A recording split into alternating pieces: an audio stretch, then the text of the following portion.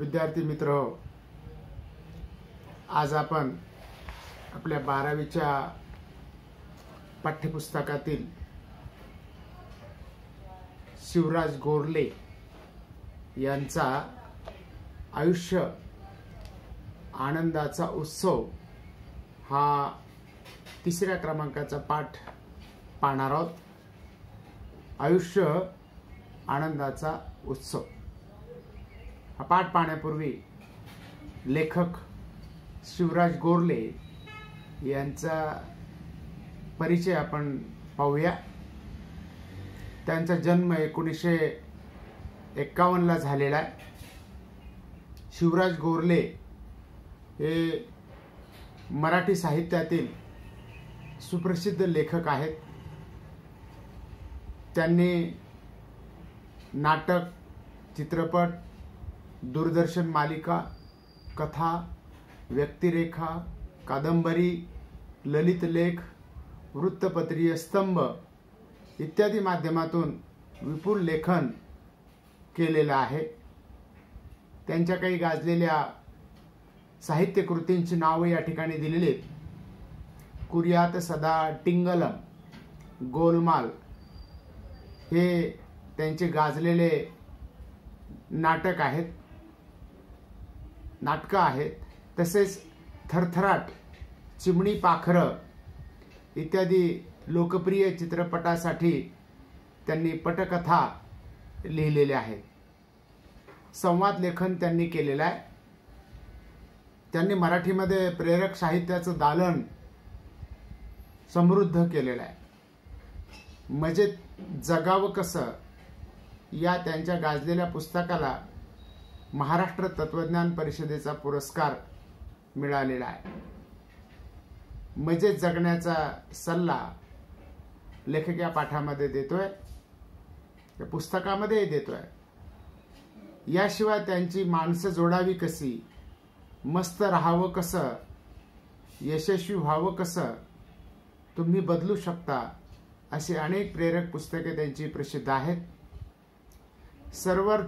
सर्वस्व शोधार्थ, एका कल्पनेची आत्मकथा या त्यांच्या कादंबऱ्या प्रसिद्ध आहेत। सर्वस्व ही वेगळी कादंबरी आहे, शोधार्थ ही वेगळी कादंबरी आहे, एका कल्पनेची आत्मकथा ही एक त्यांची कादंबरी आहे।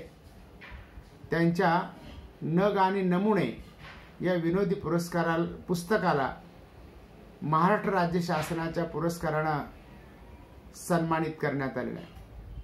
विनोदी लेखनही त्यांनी केलंय।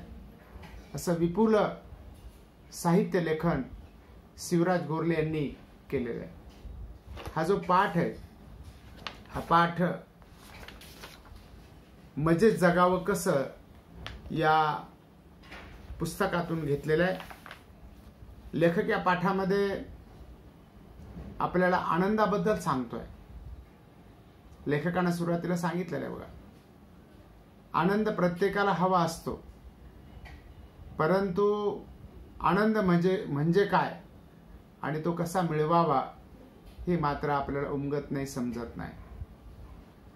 खरं तर आनंद बाहेर नसतो, तो आपल्या अंतरंगामध्ये असतो। हे तत्व लेखक या पाठामध्ये सांगतोय।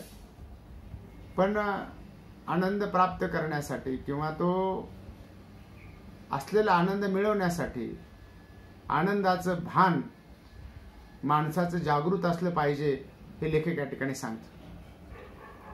हलक्या फुलक्या भाषेमध्ये, शैलीमध्ये लेखकानं हे आनंदाचं रहस्य उलगडून दाखवलेलं आहे।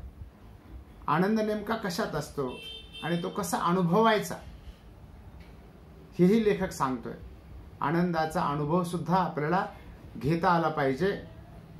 छोट्या छोट्या गोष्टीमध्ये सुद्धा आनंद भरून राहिलेला असतो। त्यासाठी आनंदी राहण्याची सवय आपण लावून घेतली पाहिजे। ती कशी लावून घ्यावी याचे अनेक उदाहरणासह विवेचन या ठिकाणी लेखकाने केलेलं आहे। आनंदी राहण्यासाठी एक मोलाचं मार्गदर्शन या पाठामध्ये लेखक आपल्याला करतोय। निसर्गाची सोबत, संगीत आणि पुस्तकांचा सहवास यामध्ये आपल्याला आनंदी राहता येतं आणि ते आपल्याला उपयुक्त ठरतात. या संबंधीच्या पाठातील विवेचनामुळं आपणास जीवनात आनंदी राहण्याचा राजमार्ग गवसतो, सापडतो.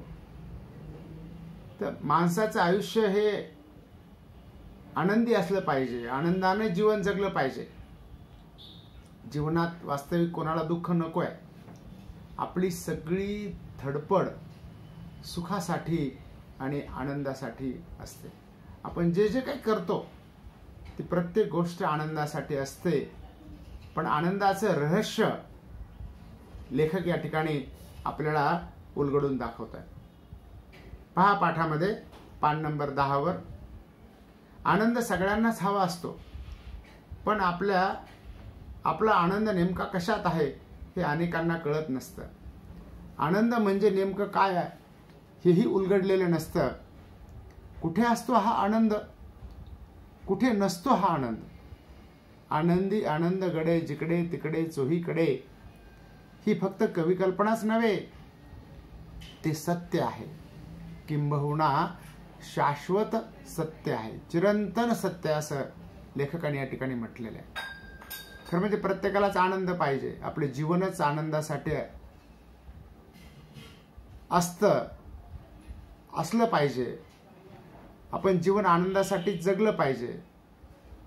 तशी प्रत्येकाची धडपड असते की आपल्याला जीवनामध्ये आनंद मिळाला पाहिजे.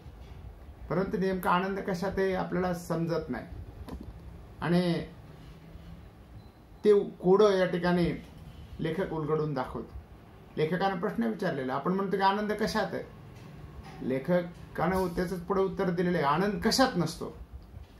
आनंद हा शोधण्यात असतो, आनंद हा मनात असतो, आनंद हा आपल्या अंतरंगात असतो, आनंद हे आपल्या वृत्तीत असतो.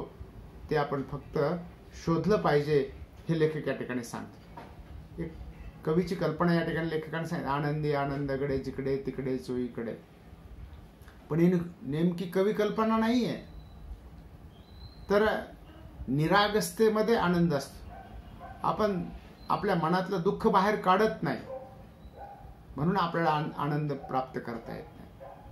आनंदी राहता आलं पाहिजे, ती सवय करून घेतली पाहिजे हे लेखक या ठिकाणी सांगते. आनंदाची गंमत अशी आहे की तुम्ही शोधू लागलात की तो दडून बसतो, पकडू गेलात की हातातून निसटतो. आनंदासाठी जितका आटापिटा कराल तितका तो हुलकावण्या देतो. जितका सहजपणे घ्याल तितका आनंद सहज प्राप्त होतो. आनंद असतोच, तो अनुभवता मात्र यावा लागतो. बघा, आनंदाची गंमत लेखकाने या ठिकाणी सांगितलेली की आनंद जर आपण शोधायला लागलो तर तो सापडत नाही, दडून बसतो. पकडण्याचा प्रयत्न केला तर तो हातातून निसटतो. म्हणून आनंद मिळवण्यासाठी जेवढे काही प्रयत्न करणार तेवढा तो आनंद आपल्याला मिळत नाही. तो सहजपणे घेता आला पाहिजे. सह म्हणजे बरोबर, जन्माबरोबरच आपलं जीवनच आनंदासाठी आहे असं लेखक या ठिकाणी सांगतो.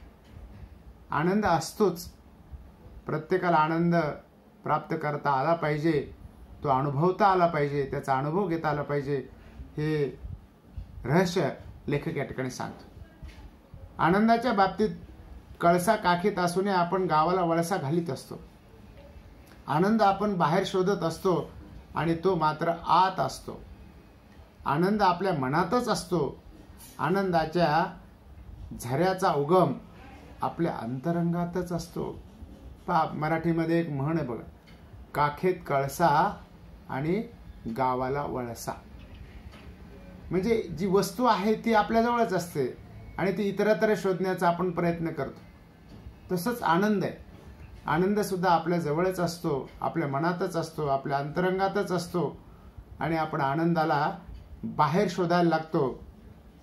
आणि जसा आनंदाचा झरा किंवा त्याचा उगम हा आपल्या अंतरंगात असतो, तसं तो अंतरंगातला आनंद आपल्याला शोधता आला पाहिजे. खरा आनंद तिथंच आहे, पण आपण आनंद मात्र बाहेर शोधायला लागतो. एखादी वस्तू खरेदी केली की आपल्याला आनंद प्राप्त होतो, पण वस्तूतील आनंद हा क्षणिक असतो आणि मनातील आनंद हा कायम राहतो, ही तत्वलेखकाने या ठिकाणी सांगितलं आहे. हे खरं आहे की आनंद सर्वत्र असतो, पण अंतरंगात आनंद असेल तरच तो अनुभवता येतो. आपला अंतरंग स्वच्छ असेल, मन स्वच्छ असेल, वृत्ती स्वच्छ असेल तर आपल्याला आनंद अनुभवता येतो. आनंदाचं नातं जुळतं ते फक्त आनंद असेल. आनंदाला आकर्षित करतो तो फक्त आनंदच. आनंदाला प्रसवतो तोही आनंद. प्रसवणे म्हणजे निर्माण करणे. आनंद याचं नातं आनंदाशीच आहे. आनंद आणि दुःख हे परस्पर विरोधी आहेत. दुःख आलं की आनंद निघून जातो आणि आनंद मिळवला किंवा आनंद शोधला, आनंद अनुभवला की दुःख पळून जातं. दुःखाला यावं असं म्हणावं लागत नाही, ते येत राहतं, पण आनंदी राहण्याची वृत्ती आपण जोपासली पाहिजे. आनंदाचं भान जागृत ठेवणं हेच आनंदाचं रहस्य आहे. त्या आनंदाचं भान असलं पाहिजे आपल्याला. प्रत्येक कृतीमध्ये आनंद आहे, जीवनामध्ये आनंद आहे, पण माणसं साध्या साध्या गोष्टीने दुःखी होतात. असंख्य अगणित पातळ्यावर आनंद अनुभवता येतो. आपल्या आयुष्यासोबत ज्याचं अस्तित्व असतं तो म्हणजे अस्तित्वाचा आनंद. आपलं अस्तित्व आपण नेहमीच गृहीत धरून चालतो आणि अस्तित्वाच्या आनंदाला मुकतो. आपल्या अस्तित्वाची साक्ष देत असतो तो आपला श्वास. बघा, खरं म्हणजे अनेक पातळ्यावर, अगणित पातळ्यावर आपल्याला आनंदाचा अनुभव घेता येतो. आपल्या आयुष्यासोबत ज्याचं अस्तित्व असतं तो म्हणजे अस्तित्वाचा आनंद. खरं म्हणजे आपण आहोत, जिवंत आहोत, हाच खरा एक आनंद आहे. आपला जन्म, आपलं असणं हेच एक आनंद आहे. आपलं नसणं म्हणजे काय? आपलं नसणं म्हणजे हा श्वास नसणं. म्हणून श्वासामध्ये सुद्धा आनंद असला पाहिजे. खरं म्हणजे आपण श्वास घेतो, पुढे लेखाने सांगितलेलं बघा, पण त्याची आपल्याला जाणीव सुद्धा नसते. आपलं अस्तित्व, आपलं असणं हेच महत्वाचं. आपण नसलो तर आनंद काय घेऊ शकेल? एखादा मृत व्यक्ती आहे, त्याला आनंद थोडाच घेता येणार नाही. म्हणून आपलं अस्तित्व आपण नेहमीच गृहीत धरून चालतो. आपण आहोत किंवा आपण असणार आहोत असं आपण गृहीत धरलेलं असतं. पण आपण आहोत हे कोण सांगतं? आपला श्वास सांगतो. कळत नकळतपणे 21,600 वेळेला 24 तासामध्ये आपण श्वास घेत असतो आणि सोडत असतो. 21,600 जपा नेमून दिली ते जपा. म्हणून आपलं असणं बघा, काही लोक सतत आनंदी राहतात, दुःखामध्ये सुद्धा आनंदी राहतात. आनंदामुळं दुःखाच्या ज्या वेदना आहेत त्या हलक्याशा होतात. आपल्या श्वासाचंही आपल्याला भान नसतं. खरं तर श्वास हा शरीर आणि मन यांना जोडणारा सेतू असतो. हा सेतू आपण जाणीवपूर्वक वापरत नाही. पोटातून खोलवर श्वास घेणं केवळ आरोग्यासाठी चांगलं असतं असं नव्हे, तर त्यामुळे मनही शांत होतं. मुख्य म्हणजे श्वासाचं बोट धरून मनापर्यंत पोहोचता येतं, मनाशी नातं जोडता येतं. बघा, आपल्या देहामध्ये, शरीरामध्ये एक अदृश्य असं मन आहे. मन वडाय वडाय उभ्या पिकातलं ढोरं, किती हाकला हाकला फिरी येतं पिकावर. बघा, चांगल्या गोष्टी ते शोधत नाही, वाईटाकडे ते धाव घेतं. म्हणून आपला जो श्वास आहे, आपण जे ऑक्सिजन घेतो किंवा हवा घेतो शरीरामध्ये, नाकावाटे तोंडावाटे, त्याचं भान आपल्याला नसतं, कारण ते सहज मिळतं. जन्माबरोबर आपण श्वास घेत राहतो आणि श्वास बंद झाला की आपलं जीवन थांबतं. खरं म्हणजे श्वास हा शरीर आणि मन यांना जोडणारा सेतू आहे. कारण त्यामुळं आपल्या अस्तित्वाची जाणीव होते. मन असेल तर आपल्याला ती जाणीव राहते आणि शरीर हे कार्य करण्यासाठी आपल्याला दिलेलं आहे. हा सेतू आपण जाणीवपूर्वक वापरत नाही. म्हणजे दुवा, श्वास हा शरीर आणि मनाचा दुवा आहे. एका ठिकाणाहून दुसऱ्या ठिकाणी जाण्यासाठी किंवा एखादा नदी ओलांडण्यासाठी जसं त्या ठिकाणी पूल असतो, सेतू असतो, तसं श्वास हा शरीर आणि मन यांना जोडणारा दुवा आहे. एकीकडं शरीर आहे, एकीकडं मन आहे. मग मनही जागेवर पाहिजे. मग आनंदाचे डोही आनंद तरंग जो प्राप्त होतो खऱ्या अर्थाने शाश्वत चिरंतन असतो, तो कुठेही जात नाही, आपल्या अंतरंगातच असतो. तर त्यासाठी श्वास हा खोलवर पोटातून घ्यावा लागतो.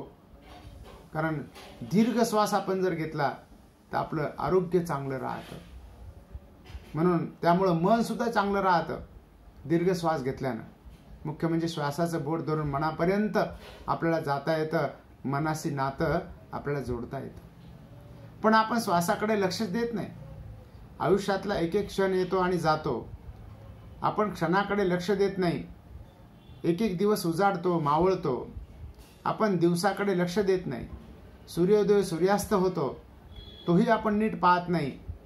तो दिसतो तेव्हा आपल्याला दृष्टी आहे हेही आपण गृहीत धरतो. जे जे आनंद देणारं आहे ते गृहीतच धरून चालल्यामुळे आपल्याला ना सृष्टीचं कौतुक वाटतं ना दृष्टीचं. आपल्या श्वासाचं, आपल्या अस्तित्वाचं, आपल्या अस्तित्वाच्या आनंदाचं भान आपल्याला असलं पाहिजे, हे लेखक या ठिकाणी सांग. खरं म्हणजे आता बघा, प्रत्येकाचंच आहे, तुमचं माझं प्रत्येकाचंच आहे. आपण आपल्या श्वासाकडे कधीच लक्ष दिलेलं नसतं. सहज मिळतो ना. ज्यावेळेस आपण आजारी पडतो, दवाखान्यात जातो आणि डॉक्टर ज्यावेळेस आपल्याला ऑक्सिजन लावतात, त्यावेळेस ते ऑक्सिजनमध्ये काय असतं? श्वासच आहे, हवाच आहे. मग त्याची किंमत ज्यावेळेस आपल्याला 5,000 रुपये प्रत्येक दिवसाला मोजावी लागते, त्यावेळेस त्या श्वासाचं महत्त्व आपल्याला कळायला लागतं. आयुष्यातला असा एक एक क्षण येत राहतो. आला क्षण गेला क्षण ही बासी मर्डेकरांची एक कविता आहे बघा. जीवनातले असे आनंदाचे, अनेक आनंदाचे क्षण आपण त्या ठिकाणी गमावून बसतो. आपल्याकडे वाढदिवस साजरा करतात बघा. या वाढदिवशी खरं म्हणजे तो वाढदिवस नसतो, घडता दिवस असतो. आयुष्यातले तितके दिवस आपले निघून गेलेले असतात. म्हणून प्रत्येक क्षणाकडे आपण लक्ष दिलं पाहिजे. क्षणाक्षणानं आपलं आयुष्य पुढे पुढे जात असतं, त्याच्याकडे आपण लक्षच देत नाही. दिवस उजाडतो, मावळतो, त्या दिवसाकडे सुद्धा आपलं लक्ष नसतं. सूर्योदय होतो, सूर्यास्त होतो, तो आपल्याला दिसतो. म्हणून डोळ्याकडे सुद्धा आपलं लक्ष नसतं. आपली जी दृष्टी आहे, दृष्टीचं ज्ञान आहे आपल्याला, पंच ज्ञानेंद्रिय आपल्याला दिलेली आहेत, या ज्ञानेंद्रियाकडे आपलं लक्ष नसतं. म्हणून दृष्टी आहे असं आपल्याला गृहीत धरलेलं असतं. पाहणं आणि दिसणं याच्यात फरक आहे पहा. कारण सगळ्याच गोष्टी आपल्याला दिसत असतात, पण आपण पाहत असतोच असं नाही. कारण पाहणं याच्यामध्ये निरीक्षण करणं असतं. दिसणं हा डोळ्याचा सहज धर्म असतो. म्हणून जे सहज असतं ना, जन्माबरोबर, सह म्हणजे बरोबर, जे जन्माबरोबर प्राप्त झालेलं असतं त्याबद्दलचं महत्त्व आपल्याला वाटत नसतं. म्हणून आपल्या शरीराबद्दलचं आपल्याला महत्त्व वाटलं पाहिजे, आपल्या दृष्टीबद्दलचं महत्त्व वाटलं पाहिजे, आपल्या मनाबद्दलचं महत्त्व वाटलं पाहिजे. काही माणसं आयुष्यभर सगळी समृद्धी, भौतिक सुख असतात, पण तरीही दुःखी जीवन जगत असतात. म्हणून आपल्या श्वासाचं, आपल्या अस्तित्वाचं आणि अस्तित्वाच्या आनंदाचं भान असलं पाहिजे की आपण आहोत, हेच महत्त्वाचं आहे. आपण नसलो तर जीवनातला कुठलाही आनंद आपल्याला घेता येणार नाही. एखादी वस्तू आपण खरेदी केली बघा, समजा आपण टीव्ही खरेदी केला, मोटरसायकल खरेदी केली, कार खरेदी केली, तात्पुरता आनंद होतो. काही दिवस तो आनंद टिकतो आणि पुन्हा दुसऱ्या वस्तूमध्ये आपण आनंद शोधायला लागतो. तर खऱ्या अर्थानं आनंद बाहेर नसतो, तर आपल्या अंतरंगात असतो, ही लेखक या ठिकाणी सांग. आपलं अस्तित्व हीच एक कमाल आहे बघा. आपला जन्म झाला, आयुष्य पुढे पुढे चालतं आहे. एक अद्भुत सत्य आहे की मनुष्य म्हणून आपण जन्माला आलो. भले सापेक्ष असेल पण सत्य आहेच. जीवनाच्या युगायुगांच्या खडतर तपश्चर्येनंतर हा मानवी जन्म लाभलाय बघा. की आपल्याला मनुष्य जन्म हा अतिशय दुर्मिळ आहे बघा. 84 लक्ष योनी पार करून आपल्याला मनुष्य देह प्राप्त होतो असं संतांनी आपल्या अभंगामध्ये किंवा आपल्या लिहिलेल्या साहित्यामध्ये वर्णन करून ठेवलेलं आहे. खरं जीवन आपल्याला दिसतं, आपलं शरीर आपल्याला दिसतं, पण या जीवनाच्या युगायुगाच्या खडतर तपश्चर्यानंतर मनुष्य हाही एक प्राणीच आहे, सजीव आहे. इतरही सूक्ष्म जीव आहेत, अमिबापासून तर डायनासोर पर्यंत. पण मनुष्याला परमेश्वरानं, निर्मात्यानं एक वेगळेपण दिलेलं आहे. आपल्याला बुद्धी दिली, आपल्याला मन दिले, आपल्याला भावना दिल्या, आपल्याला व्यक्त होता येतं, आनंद घेता येतो. बघा, पशु पक्षी आनंदाने जीवन जगतात, त्यांच्याकडं काही नसलं तरी आनंदाने जीवन जगतो. माणसं मात्र वस्तूमध्ये आनंद शोधतात, पुढे पुढे पळत राहतात, शेवटी आनंद त्याला प्राप्त होतच नाही. म्हणून त्या ठिकाणी सिकंदर नावाचा एक राजा होता बघा. त्यानं आयुष्यभर जग जिंकण्याचा प्रयत्न केला. एक एक देश तो जिंकत राहिला, पुढे पुढे पुढे पुढे पुढे तो चालत राहिला आणि जग त्यानं जिंकलं. अनेक देशावर त्यानं राज्य मिळवलं, पण आनंदाने जीवन जगायचंच त्याचं राहून गेलं. शेवटी प्राप्त केलेल्या ह्या सगळ्या वस्तू ज्या आहेत त्या इथं सोडून जायच्या आहेत. म्हणून लेखक या ठिकाणी सांगतो की अनेक तपश्चर्यानंतर, खडतर तपश्चर्यानंतर त्या ठिकाणी आपल्याला मनुष्य जन्म मिळालेला.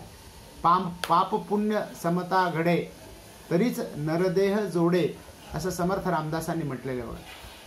की पुण्य पर उपकार पापते परपीडा.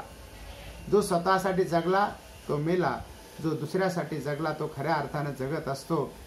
म्हणून तो लाभला हे आहे, हेच आनंदासाठी एक सबळ कारण आहे.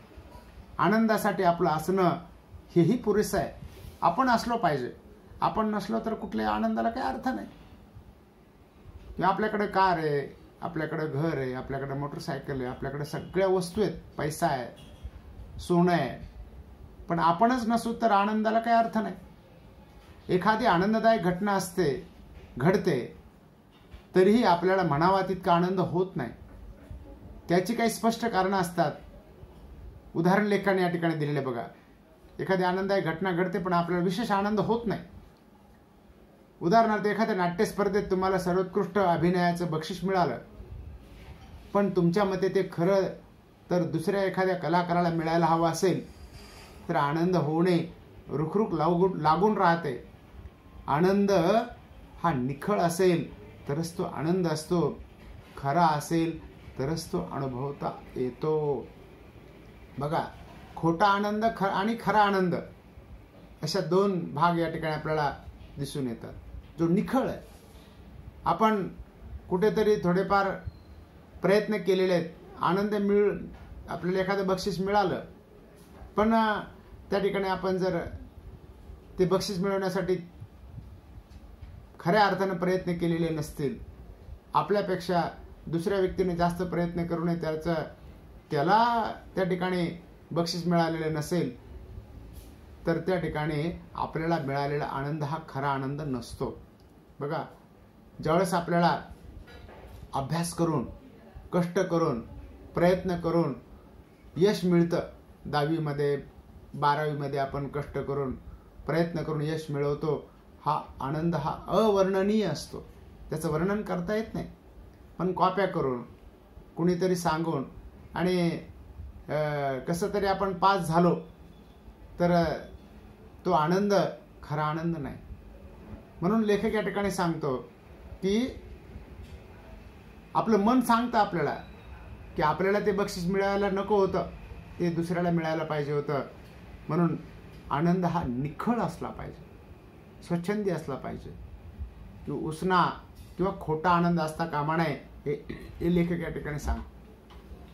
लोकांना पेढे वाटणं वेगळं आणि स्वतःला आनंद वाटणं वेगळं. खरा आनंद ओळखण्याची एक सोपी खूण आहे. तुम्हाला हलकं हलकं पिसासारखं वाटायला हवं. मनावरचे सर्व ताण, सर्व दडपणं नाहीशी व्हायला हवीत. मुख्य म्हणजे ईर्ष्या, असूया नाहीशा व्हायला हव्यात. राग, द्वेष विरघळायला हवेत. बघा, त्या ठिकाणी एखाद्याचा मुलगा 10वीमध्ये पास झाला की त्याचे वडील पेढे वाटतात. पेढे वाटणं वेगळं आणि मनातून आनंद होणं वेगळं. आनंदासाठी लोक पेढे वाटतात, पण वाटलेल्या पेढ्यामध्ये खरा आनंद असतोच असं नाही. त्यांचं मन सांगत असतं त्यांना की पास झाला, यामध्ये त्यानं कॉप्या केलेल्या असतात. म्हणून आनंद वाटणं वेगळं आणि पेढे वाटणं वेगळं. वस्तूमध्ये आनंद आहे. पेढे गोड असतात, आपण ते खातो आणि आपल्याला गोड पदार्थ आवडतो. परंतु लेखक या ठिकाणी म्हणतो की आनंद झाला किंवा आपल्या मनामध्ये आनंद आहे कसं ओळखायचं, की आपल्याला हलकं हलकं वाटलं पाहिजे. पीस असतं बघा, पीस म्हणजे पाखराचा पंख हलका असतो. मनावर कुठल्याही प्रकारचा ताण असता कामा नये किंवा कुठल्याही प्रकारचं दडपण असता कामा नये. आपलं मन आपल्याला सांगत असतं बघा, खरं म्हणजे आपलं मन आपल्याला खरी साक्ष देत असतं. आपण इतरांना मोठेपणा सांगतो, पण कधी कधी हा मोठेपणा आपला अवडंबर असतं किंवा खोटेपणा असतो. फर्स्ट क्लास मिळालेला असतो, त्यामध्ये सुद्धा अनेक वेळेला कॉप्या केलेल्या असतील तर त्या फर्स्ट क्लास मिळालेल्याचा आनंद आपल्याला मिळत नाही. म्हणून आनंद मिळण्यासाठी ही सगळी मनावरचे ताण, सर्व दडपण नाहीसं व्हायला हवं. मुख्य म्हणजे ईर्ष्या, असूया नाहीशा व्हायला हव्यात. एखादा हुशार आहे तर दुसऱ्याची हुशारी सुद्धा मान्य केली पाहिजे. ईर्ष्या चढाओढ असते बघा काहींना, बऱ्याच जणांना.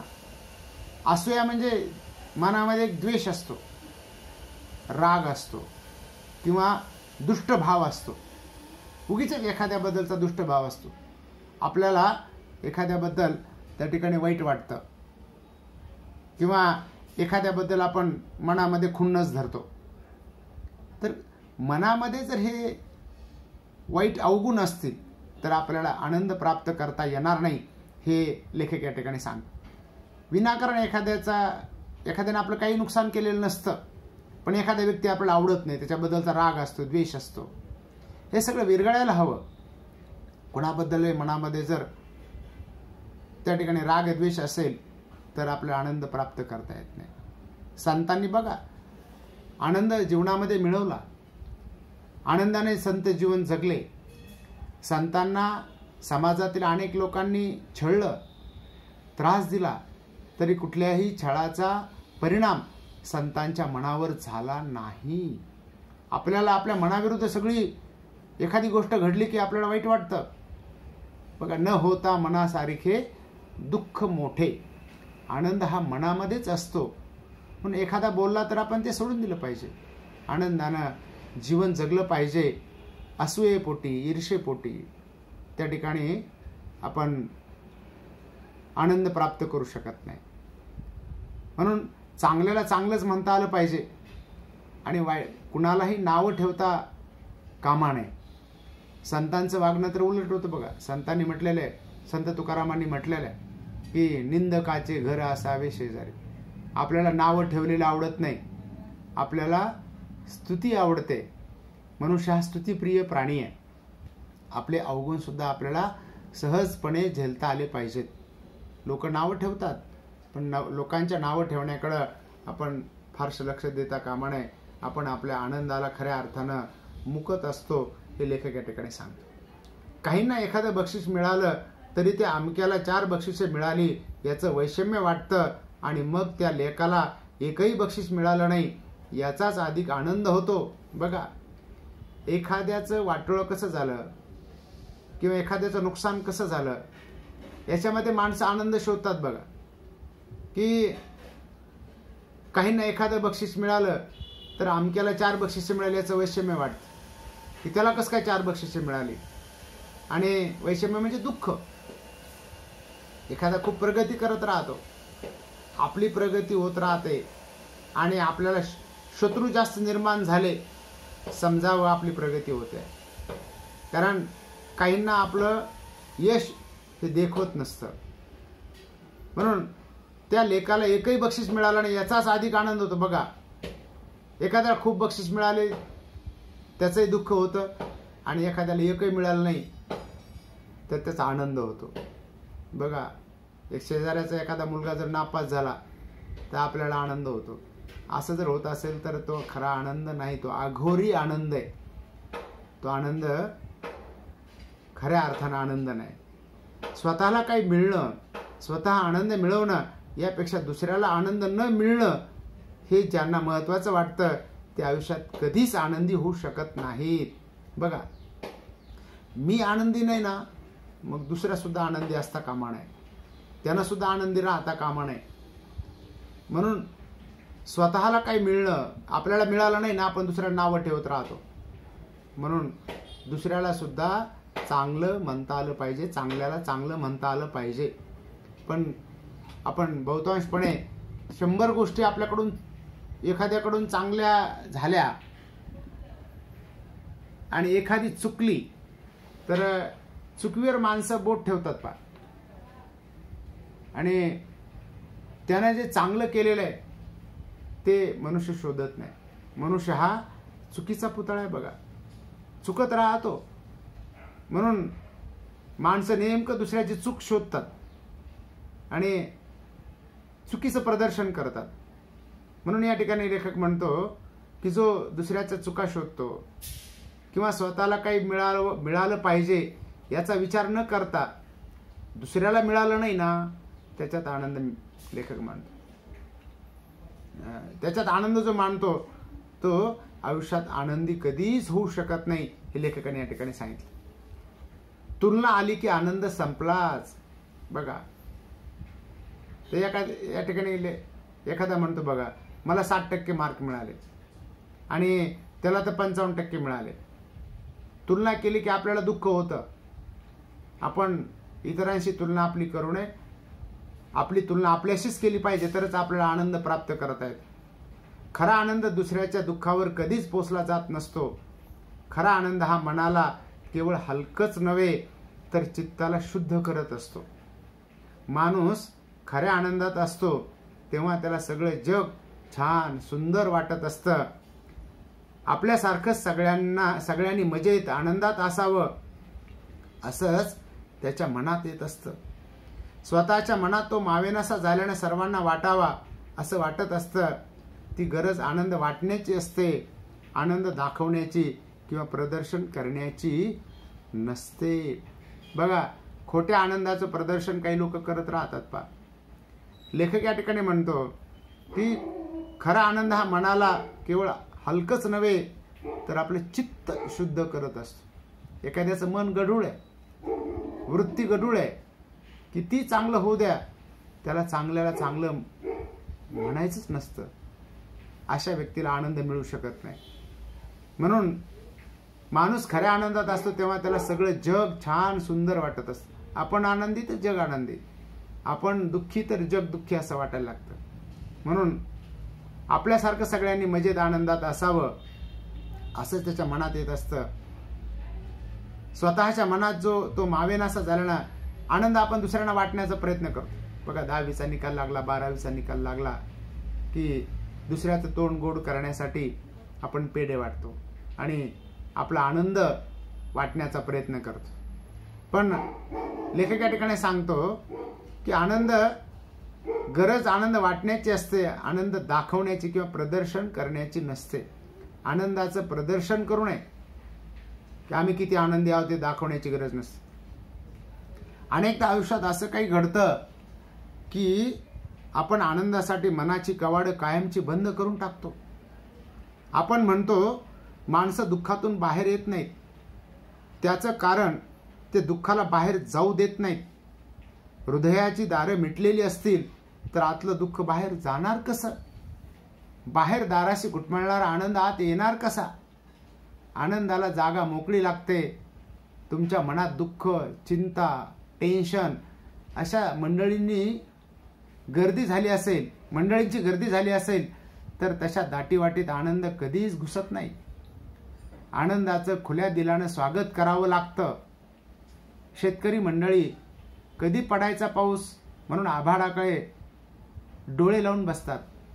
त्यांचा नाईलाज असतो, कारण पाऊस पाडणं त्यांच्या हातात नसतं. आनंदाचा पाऊस मात्र आपण पाडू शकतो. कृत्रिम नव्हे, नैसर्गिक. कुठून तरी आनंद येईल आणि आपल्या मनाचं अंगण भिजवेल म्हणून वाट पाहत बसलं तर आनंद येईलच याची खात्री नसते. आनंद हा आपण घ्यायचा असतो, कुणी तो देईल याची वाट पाहायची नसते. बघा, आनंद घ्यायचा असतो हे लेखक या ठिकाणी सांगतं. एकदा आनंद कसा घ्यायचा याचं तंत्र जमलं की मग मात्र नाही आनंदा तोटा अशी अवस्था होते. आपल्याकडे सणवार उत्सव असतात बघा, दिवाळी सण मोठा, नाही आनंदा तोटा, असं त्या ठिकाणी एका संतांनी लिहून ठेवलेलं. लेखक या ठिकाणी सांगतो की अनेकदा आयुष्यात असं काही घडतं की आपण आनंदासाठी मनाची कवाडं कायमची बंद करून टाकतो.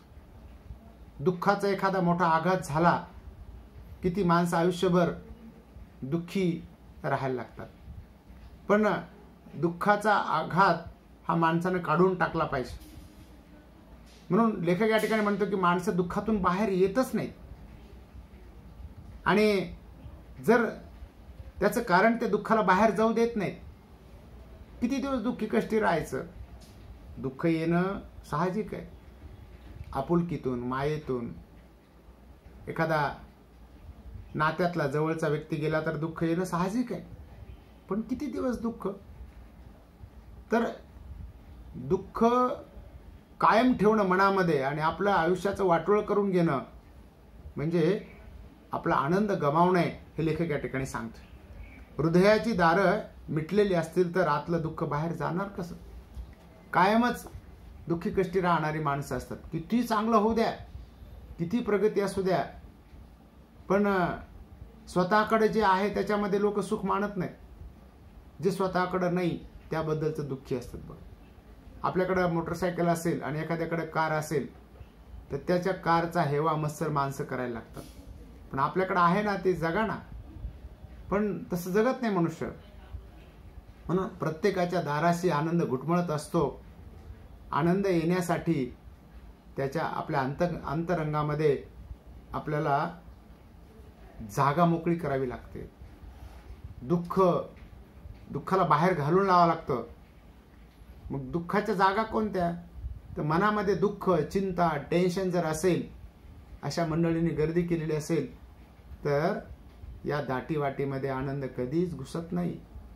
पहा, माणसं विनाकारण चिंता करत राहतात, टेन्शनमध्ये जीवन जगत राहतात. म्हणून आनंदाचं खुल्या दिलानं आपण स्वागत केलं पाहिजे. जे आपल्या हातामध्ये नाही त्याच्याबद्दल माणसं दुःखी कष्टी होतात राहत. इथं उदाहरण दिलेलं का ना निसर्गाचं, की शेतकरी आभाळाकडे पाहत राहतो आणि म्हणत राहतो की कधी पाऊस पडेल. पण खरं म्हणजे पाऊस पडणं हे शेतकऱ्याच्या हातात नसतं, कुणाच्याच हातात नसतं. ते नैसर्गिक बाब आहे. कधी जास्त पडतो, कधी कमी पडतो. पण नैसर्गिक आनंद आहे, जीवनच एक आनंदानं भरलेलं आहे असं या ठिकाणी लेखक सांगतो. की मनाचं अंगण भिजवेल म्हणून वाट पाहत बसलं तर आनंद येईलच याची खात्री नसते. म्हणून लेखक म्हणतो की आनंद हा आपण घ्यायचा असतो, घेता आला पाहिजे. तो कोणी देईल याची वाट पाहत बसायचे नसते. कारण याचं आनंदाचं टेक्निक आपल्याला जमलं पाहिजे, तंत्र आपल्याला जमलं पाहिजे. आपल्या आनंदाला काही तोटा नसतो. आनंद हा तुमचा स्वभाव व्हायला पाहिजे, स्वतःचा भाव असला पाहिजे. स्वभाव म्हणजे स्वभाव. आनंदात राहण्याची सवय जडायला हवी. सगळी धडपड आनंदासाठी चाललेली असते, पण आनंद घ्यायला वेळ नसतो. हेच अनेकांचं दुःख असतं. दुःखासाठी आपण भरपूर सबबी, भरपूर कारणं शोधलेली असतात. आनंदासाठीची मात्र मोजकीच कारणं आपल्याला माहीत असतात. खरं म्हणजे हे उलट व्हायला हवं. बघा, आनंदी राहणं हा आपला स्वभाव बनला पाहिजे, हे लेखक या ठिकाणी सांगतात. त्याची सवय आपण करून घेतली पाहिजे. आपलं जीवन, आपलं जगणं, आपली सगळी धडपड ही आनंदासाठी चाललेली असते. पण आनंद घ्यायला कोणाला वेळ नसतो. पहा, आपण नोकरी करतो, कामधंदा करतो, छानपैकी डबा आपण घेऊन जातो, पण तो खायला जर वेळ नसेल आपल्याला तर तो काय आनंद आपल्याला मिळणार? पैसा आहे पण त्याचा उपभोग घेता आला पाहिजे.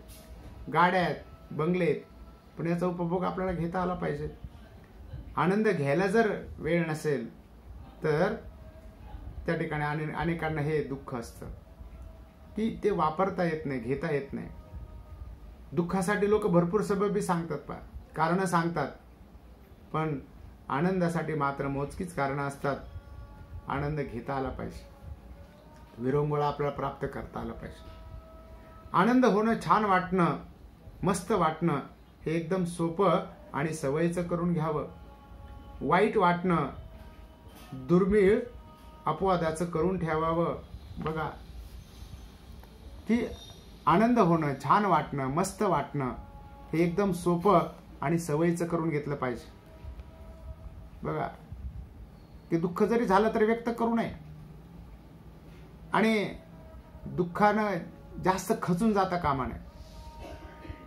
म्हणून वाईट वाटणं हे दुर्मिळ आणि अपवादाचं करून ठेवावं.